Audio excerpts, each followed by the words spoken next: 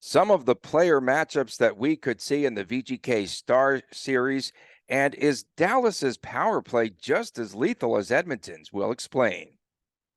Your Locked On Golden Knights, your daily podcast on the Vegas Golden Knights, part of the Locked On Podcast Network. Your team every day.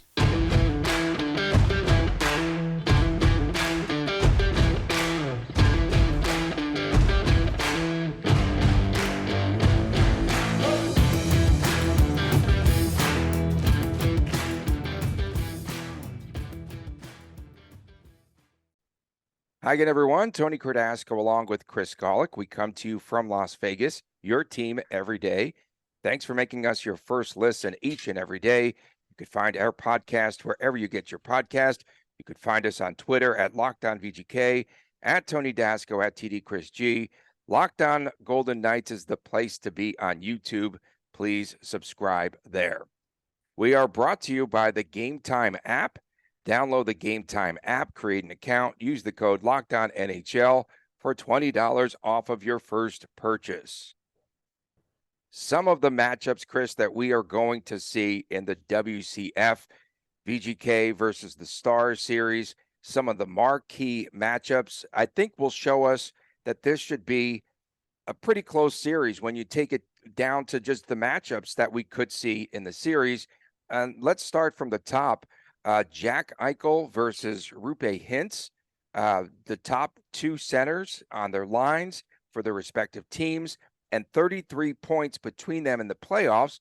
Also on the top line, again, if you break it down, one of the matchups I think that we all would like to see as fans, Jonathan Marchessault, 5 goals in the last series against Joe Pavelski, who had 8 goals in his series against the Kraken. And I just think let's start there because those are two of the more intriguing matchups I think that we could see in this upcoming series.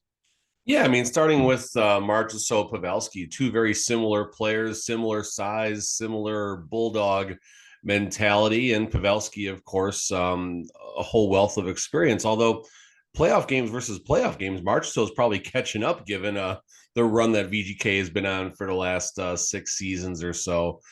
Can we just not have Pavelski draw a major? He's got this thing for drawing major penalties in the playoffs. Let's see if we can no, he didn't get a major in that series with the Wild, right? Mm-hmm. When he went down behind the nets. Hit. Yeah, he got hit good, but I didn't even draw a penalty, or that was pretty crazy. There was nothing that came of that. It was surprising that he came back in that series the way he went down too. Yeah. So, then obviously Eichel hints, as far as that side of it goes. And we're not going to get that far with obviously wondering how the defensive side is going to work. I mean, is, William Karlsson going to be on hints all day and kind of following that line along, trying to shut him down like apparently he shut down McDavid? Well, here's the better matchup. Okay. Yeah. I don't think Max Domi's going to run away from William Karlsson, because they're both second line centers. And I think that is a really good matchup. And Willie Karlsson could get roughed up in that matchup there. Yeah. I mean, if it winds up coming to that type of a battle, so to speak, but I think you're going to look at William Karlsson's role more or less to shut down whoever Coach Cassidy deems as the top threat, because that's obviously what William Karlsson's job was. I mean, kind of quietly, he was almost not necessarily shadowing Connor McDavid, but when McDavid was out there, so was William Karlsson. And the fact, I still go back to the fact that Woodcroft mentioned that down the stretch there. I mean, I wonder what the vibe was like in the locker room interviews for Edmonton, just kind of thinking about that. Like, no good. We were scared. They played Evander Kane 15 more seconds in that last game than Connor McDavid. Than McDavid. Yeah, that was just bizarre. That's a bizarre coach, and he shouldn't coach those superstars. I'm sorry, but yeah, and I think it might have been a dig at Connor, like after the game. It's just like, yeah, I had I didn't play him against Karlsson, I believe, because why would you take the top player on the planet off of the ice? Just made absolutely no sense. And of course, our guy Bill Foley probably paid him off and gave him a nice tweet. Okay, stop it. Now you wonder how someone like how how Pete, a coach like Pete DeBoer, like someone like that is obvious, was like the ideal coach in Edmonton, kind of transitioning back to the series, of course. Yeah, for sure. And then some of the other matchups that I think are really interesting. What about the third line matchup between Evgeny Dodonov and Mark Stone? I mean, advantage Vegas all day. Yeah, Donov, but that's going to be fun. it'll be fun, sure. I mean, it's always fun when you have. I mean, listen, there's history in this series across the board. Obviously, you got DeBoer, you got Pavelski, you got Dodonov, you got Colin Miller. I'm not sure what his situation is though. He's No, only he's played 8 playing. games. Oh, he's playing. Yeah, Okay, so he was I, injured or out early in the I playoffs. think Okay, he's good. back. Yeah, he's back. Colin Okay. Miller. So a lot of history, and Colin Miller is scrappy. Colin Miller is going to become one of the Dallas Stars' public enemies throughout the series. Not necessarily public enemy number one. I think that's going to be Jamie Benn, and then Max Domi, and then Colin Miller slot in somewhere around fourth or fifth in the superfecta or the high five. Tony, there you go. The high five. That's a tough one. If you're ever hit have you ever hit a high five, Tony? No, I no. I've hit the superfectas. That's about it. That's my limit. I I've hit a can't go couple five. supers, but Can't go all high. dumb luck. Yeah, I Dumb can't go luck. 5 horses deep. Yeah, I think Colin Miller is on pairing with Essa Lindell, I think, Okay. for Dallas. And then Tyler Seguin against Riley Smith. Seguin, with all those injuries, he's come back and he put together a really good series, the entire playoffs pretty much against Minnesota and against Seattle. So that'll be an interesting matchup. And then Wyatt Johnston, an interesting case, the young rookie, and he'll probably go heads up against Chandler Stevenson. My goodness, there's like some really intriguing matchups, the game within the game. Line 3 is, I think, and the depth, of course, our bottom 2 lines is, again, I think, where this series can be won or lost. Certainly Dodonov, that's obviously going to be a decent line 3, but that's not going to be a very responsible defensive unit either. And that's obviously where our line 3 is both going to be responsible on the defensive side, and they're going to be able to score some goals as well. So, the line 3 matchup might be the make or breaking point after the special teams battle. Yeah, we talked yesterday about Miro Heiskanen, right? And the fact that he plays over 30 minutes a game. In game 4, he suffered like a really big gash, I think, in his face, his head from a high stick. And then he just comes back and continues to play. So that's really interesting. You talked about Jamie Benn. Benn against one William Carrier. Yeah, I mean, we'll see about that. Carrier definitely is the faster of the two, but Jamie Benn is certainly he's people are not going to like Jamie Benn after dealing with him for 6, 7, 5, whatever the number is going to be. He's that player. There's actually a great video of him. I forgot who he was playing. It's like a TikTok type thing you see like in those shorts and all that. So you have a scrap happening. Like Jamie Benn has someone at the blue line. There's a scrap in the deep corner, right? And the two players, Ben and whoever he has, they're kind of tied up, but they're not doing anything. His arm is just around him. And the player that the Stars are up against starts skating away because it seems like it's over. And Ben just chops at his stick. And the player looks at him and kind of smiles, like really, like it seems like they know each other. And he just kind of laughs. He tries to skate away, and Ben tries to start roughing him up. He tries to start roughing him up right there. So if he's got that level of shenanigans in him for the regular season, he's going to be trying to muck it up definitely everywhere he can. And the VGK better be ready for that. Definitely. Yeah, we might not see a lot of these head-to-head matchups. Dallas does play more of a zone structure, Yes, and as we know. Edmonton more of the man for man, if you will. And more on the familiarity between these two teams. And Bruce Cassidy talked about it yesterday in his presser. John Stevens, the assistant coach that we've never spoken to, he was with the Dallas Stars last year. Ryan Craig and Misha Donskoff were with DeBoer here in Vegas. Cassidy said he just put his feet up on the desk, didn't have too much work to do as far as the game prep and the scouting and all that. And then Steve Spott went from Vegas to Dallas with DeBoer. He was also with DeBoer, as we know, in San Jose. So, man, there's a lot of interesting ties. And Does this make it a more interesting series with all of these connections and plots and subplots, and these matchups I think are phenomenal. I mean, this is what makes it a really intriguing WCF. Yeah, no, I keep hearing WCF. I keep wanting to go WTF, but we'll save that for another day. Well, Yeah, for literally another Friday, day, apparently. allegedly, or tomorrow or Saturday. Yeah, whenever. Okay. So thinking about the coach, on coach situation and where the advantage lies and which, it's not necessarily about what we know about these two coaches. It's more or less, is there anything we don't know, or is there anything more that we're going to find out? And I was thinking about this yesterday.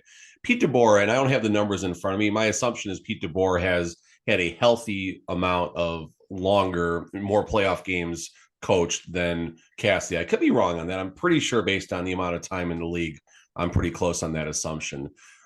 We know who Pete DeBoer is, though. And is that a good thing or a bad thing?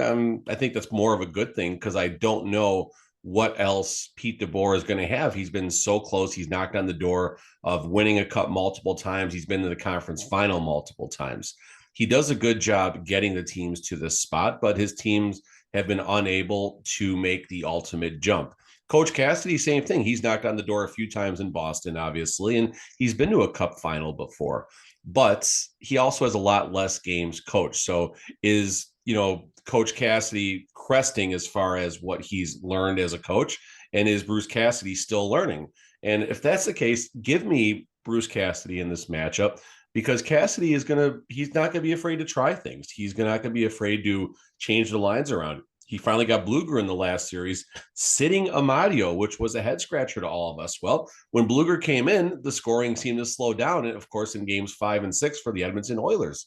So Cassidy will not be afraid to sit a star player like Phil Kessel.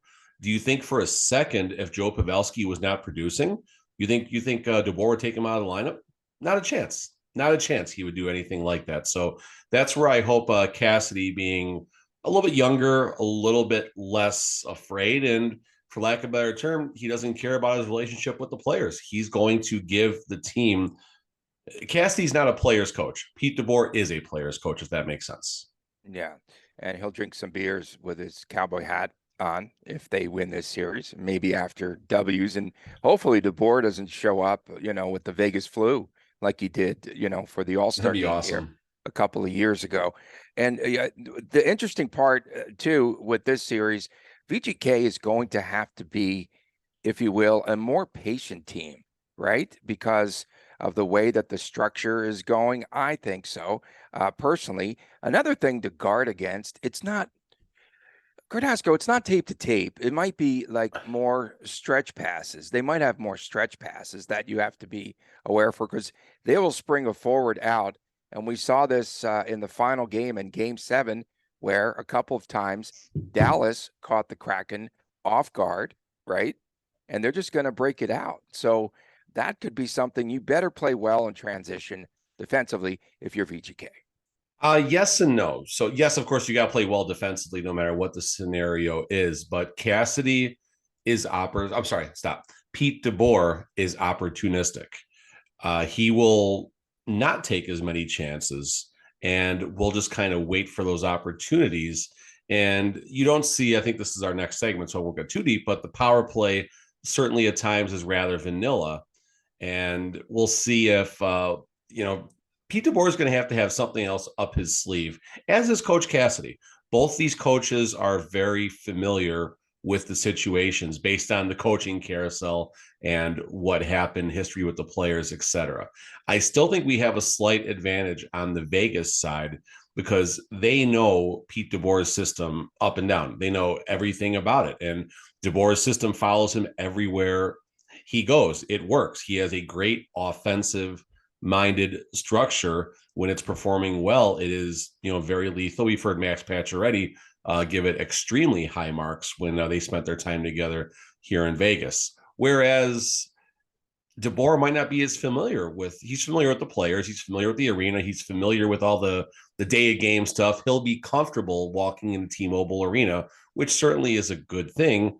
but he doesn't know Cassidy's system, not the same way, obviously, that we as in the Vegas Golden Knights know the system of DeBoer and the Dallas Stars. It could come down to who flinches first, right, in this series. I think the more aggressive coach wins. I think the more aggressive coach wins this series, and it'll be noticeable early on based on the adjustments. Cassie didn't juggle the lines a whole lot in the last series. He didn't have to, but he also stuck to his guns. We were me and you, Tony, after game 2 and game 4, a couple times we were preaching about goaltending changes, but before, of course, obviously Brossoit got hurt.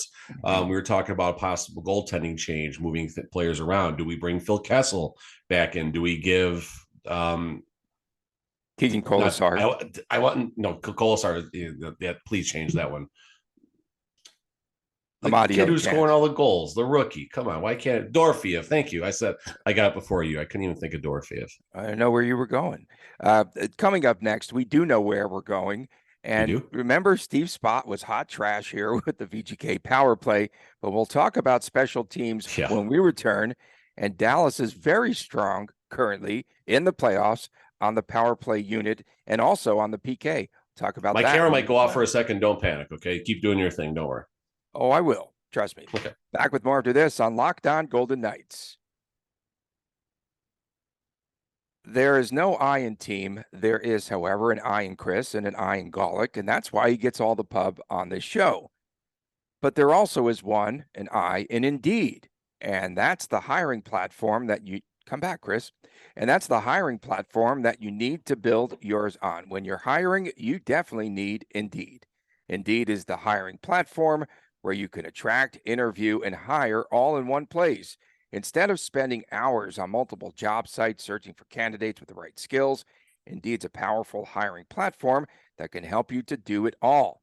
We streamline hiring with powerful tools that you can find where you can match candidates. With Instant Match, over 80% of employers get the quality candidates whose resume on Indeed matches their job description the very moment that they sponsor a job, and that according to Indeed data in the U.S. Candidates that you invite are 3 times more likely to apply for your job than candidates who only see it in a search. So we've got a great offer and a great opportunity for you, as you should join more than 3 million businesses worldwide that use Indeed to hire great talent and fast. Start hiring now with a $75 sponsored job credit to upgrade your job post at Indeed.com/lockedon. The offer is good for a limited time only. Claim your $75 credit. Again, it's at Indeed.com/lockedon, Indeed.com/lockedon. Terms and conditions apply. If you need to hire, you need Indeed. Welcome back to Locked On Golden Knights. Tony Cordasco and Chris Golick. We come to you from Las Vegas. So where are we going to put WTF? So we will have the crossover coming up with Dane Lewis of Locked On Dallas Stars. That'll be on Friday as we preview the series on the day of the first game, 5:30 Friday, of course, here at T-Mobile Arena. But where do we put WTF? What the Friday this week? Should we do Thursday or Saturday? Thursday? I don't know. Maybe we can put a poll out there. Maybe we'll do a poll out there. What do you think? All right, throw a poll out there. Yeah, let's see what the fans say when they are feeling the most spicy. It might be Saturday because after game 1, they're going to have a lot of spiciness. Good or bad? I mean, if they got VGK gets blown out, everyone will be flipping out. If we win, we'll be raising the Campbell Bowl before we even finish the last 5 or 6 games of the series. So after, Chris, all those power play goals that they gave up to Edmonton, the 5 power play goals, I was really concerned. They gave up 5 power play goals to the Winnipeg Jets in the first round. VGK now plays a Dallas team that now comes in with the most power play opportunities in the playoffs, 25. And they have converted on 13 of those opportunities. And so everyone talks about the Edmonton power play, in which they scored 7 power play goals against the VGK. But we really have to be on guard defensively, on the power play unit, on the PK, everything, the special teams for VGK. They really need to step things up there because this is going to be playoff hockey at the top. No doubt about it. I'm actually watching some of the Dallas Stars power play goals right now, just kind of curious if they look any different than the few and far between goals that the Vegas Golden Knights had when Pete DeBoer was our coach. And, the few I was just kind of watching during break there, I had to fix my camera, my focus. It was bothering me, but we're good now. It's very typical Pete DeBoer. You're going to work the puck amongst the three players along the points. And you're not going to see. So Tampa and Edmonton do this really well, where they go circle to circle, one timer from the circle, and they get a goal or they set up a rebound or something like that. We saw Draisaitl open the scoring of the series, I believe, just like that, if I'm not mistaken. The Dallas Stars more are going to work the point. If they get that one timer from the elbow, so be it. Kind of like where Marchessault and Eichel have been scoring power play goals, they'll take those chances. But it seems like they would rather shoot from the top of the point right down Broadway, so to speak, and hope the goalie doesn't see it, hope it deflects, hope it's just one of those weird pucks that pinballs, or a juicy rebound is in front. And that's where the Dallas Stars forwards will absolutely collapse. This is a power play that the Vegas Golden Knights can handle. No one can handle the Edmonton Oilers power play. No one on the universe can handle that. But and a lot of teams in the NHL, maybe besides the Kraken, of course, but a lot of teams, it's not a knock on the Kraken, just it didn't work as far as the Dallas Stars taking advantage of the Seattle Kraken penalty kills, so to speak. But the VGK can handle this. If Adin Hill's rebound control is on, if he can see the puck, this is where our defensemen need to do a good job clearing out the front, which is another tough thing because we've seen these issues, if you will, areas of opportunity, so to speak, where the other team gets a goal and they show the overhead camera that only looks at the crease, right?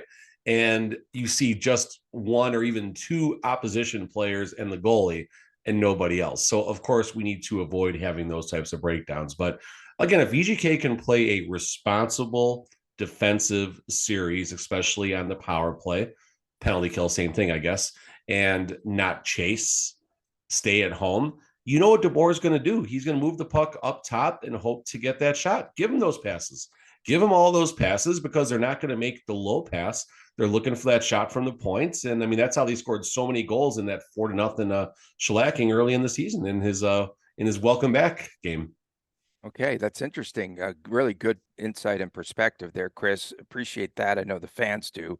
Tyler Seguin, 4 power play goals for Dallas. Yeah, take the stick tap, okay? I will. Few and far between. I never. I'll take it. Pavelski, 3 power play goals.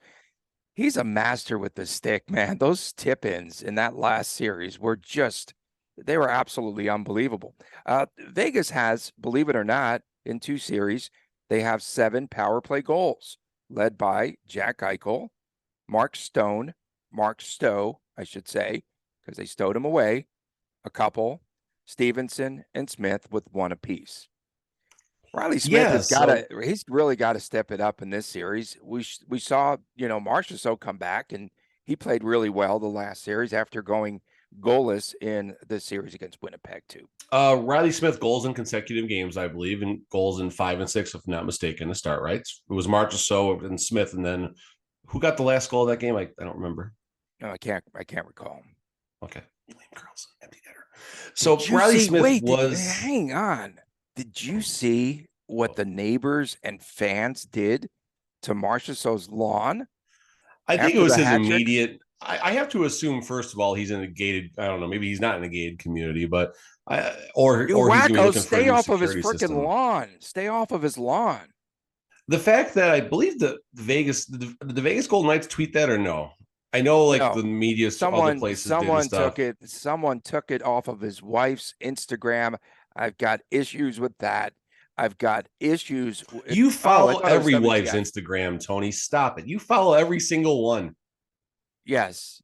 Wags.com. That's where I go all the time. But and just in case you haven't seen it, Marchessault has that hat trick, of course.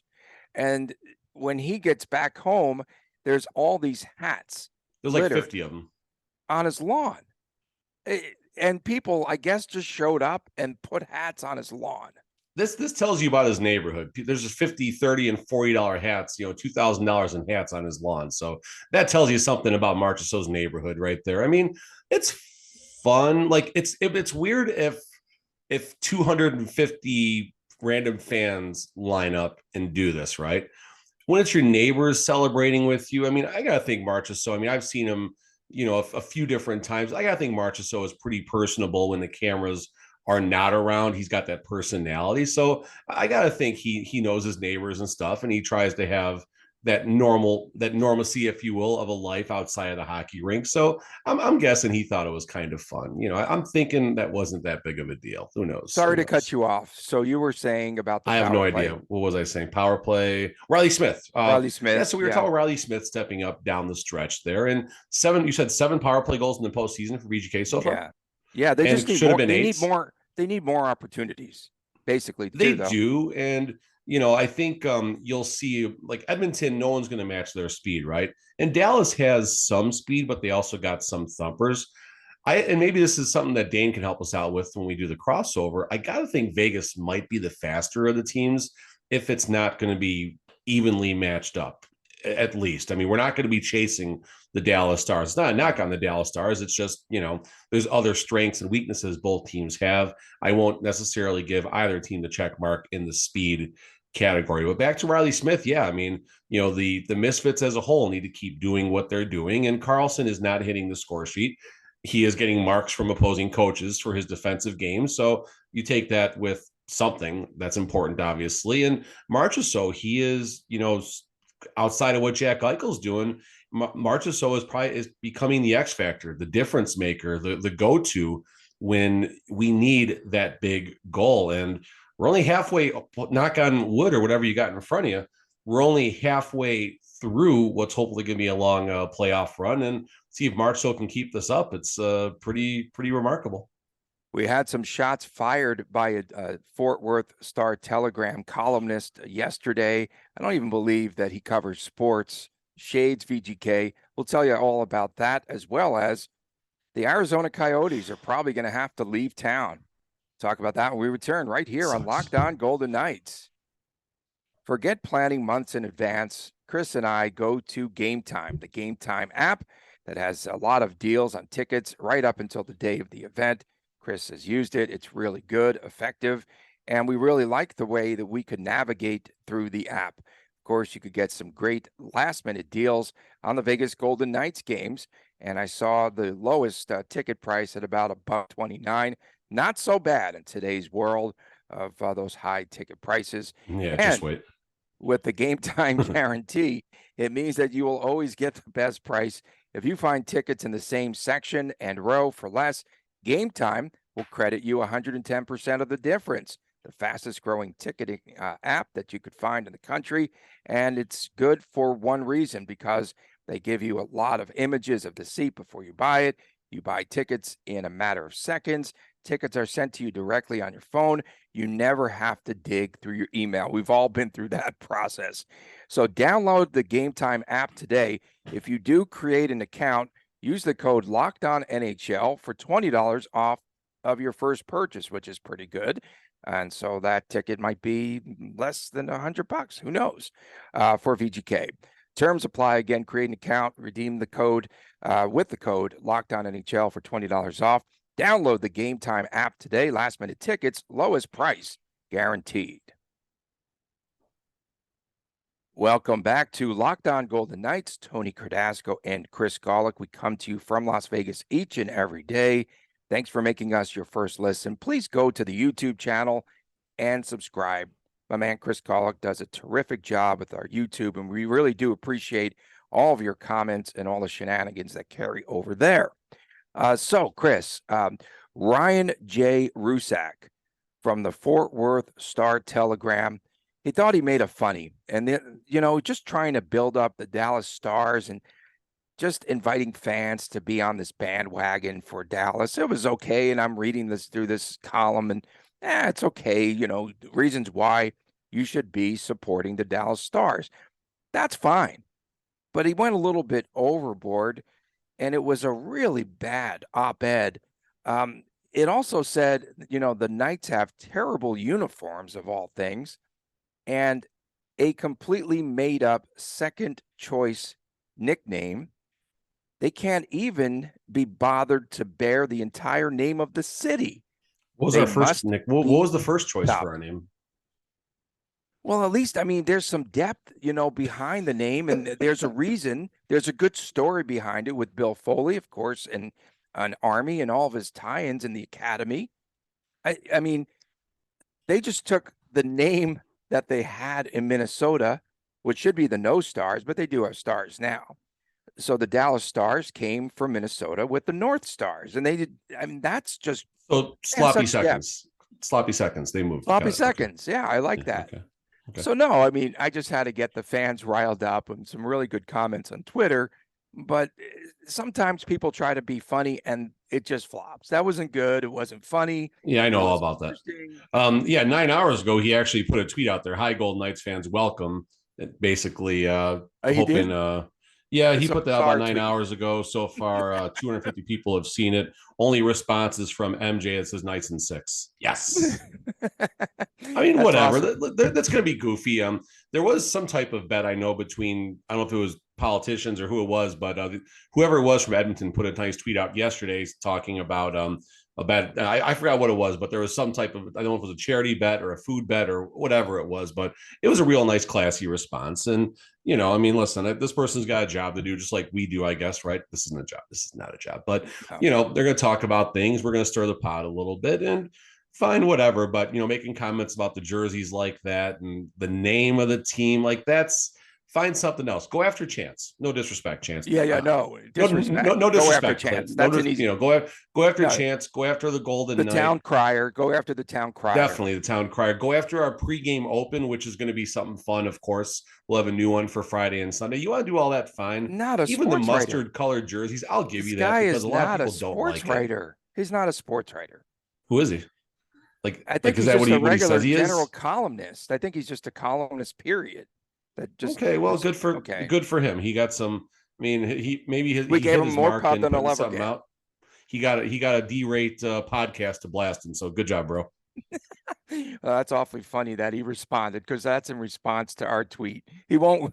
I haven't seen him respond immediately to our tweet. Big. We'll be on him the whole series. We'll be on his length the whole series. Don't get me wrong, folks. We'll take care of this. Don't worry. On a serious note, interesting news comes out of Arizona where voters in Tempe rejected all three measures for the Coyotes' $2.1 billion arena project. So we could now see the Coyotes on the move. I put the Houston with a Y, Yotes. It could be Houston according to a lot of the national reports, but they could be on the move. And okay, so that's good, though. That's good. Now we're going to get some fair and balanced scheduling where teams don't come in, just from Arizona and then play the tail end of a back-to-back here, or VGK's back-to-back goes through there. The one thing I don't understand, and maybe, Tony, you're more abreast of this than I am, but all the comments I saw regarding the Arizona stadium situation, and Twitter, you can hit me up as well, but everyone said there was no public funding involved whatsoever in this. It was all handled by whoever is funding this project, basically. Yeah, I do believe that. So too. Was this just, for lack of a better term, a bunch of angry neighbors screaming, "Get off my lawn! We don't want professional sports"? Like, is that what this was, or was there more to it than that? Well, for starters, they said, "Get off of Marchessault's lawn." Okay. Fair enough. Okay, that was it. But in any event, I think what had happened. When I saw the amount of voters. No one voted. There was a lack of interest. So move them. They're not interested in this. I'm with you, Tony. I'm with you on that. I just wonder how bad the situation is. Right. Don't complain if you're a Coyotes fan. You should have gotten all your friends to rally and to go out and to vote for these measures. It was only Tempe residents that could vote, I assume. There was 20 some odd thousand 26,000, I think, was the votes, right? 26,000 votes. That's an entire season of attendance at Oakland A's games. The only thing that bothers me, and I said this down the stretch during the season before the draft lottery was coming out, if they get Connor McDavid, this thing happens, right? That's enough to sway probably 2,000 or 3,000 votes easily. A lot of excitement, sure. And that bothered me. The fact that you're trying to build an arena around one player, and just like there's history for Arizona hockey, starting with Austin Matthews, and the team has had some good, playoff runs in the past. I mean, I think they've been to a conference final once or twice, if I'm not mistaken. So it's unfortunate that it didn't get worked out. It was nice making that 4-hour drive down to, or 2 hours and 45 minutes if you drive like me, that drive down to Arizona and, catching an NHL game or Golden Knights or otherwise. And now that's not going to happen. They're either going to go, I don't know if Quebec is going to be in play, but Houston seems to make a lot of sense. There's some other places where it could end up happening. I don't think they should, like, once you lose a team, you shouldn't get a team back. Like Minnesota got lucky to get the Wild, but you shouldn't, like Atlanta, stop it. Quebec, Quebec. I don't know. I don't know. Yeah, it's funny. Yeah, how things just happen to pan out because in the NBA, of course, the jewel and the number one pick is Victor Wembanyama, right? And it just so happens that they're building a multi-million-dollar new training center. Yeah, we're down to like great. 45 seconds left. Not Tony, can you believe it? Yep, not rigged at all. Don't forget, thanks again to all of our everydayers. Don't forget, we'll be back again tomorrow. Crossover on Friday from a man, Chris Golick, Tony Cardasco from Las Vegas. See you tomorrow right here on Locked On Golden Knights.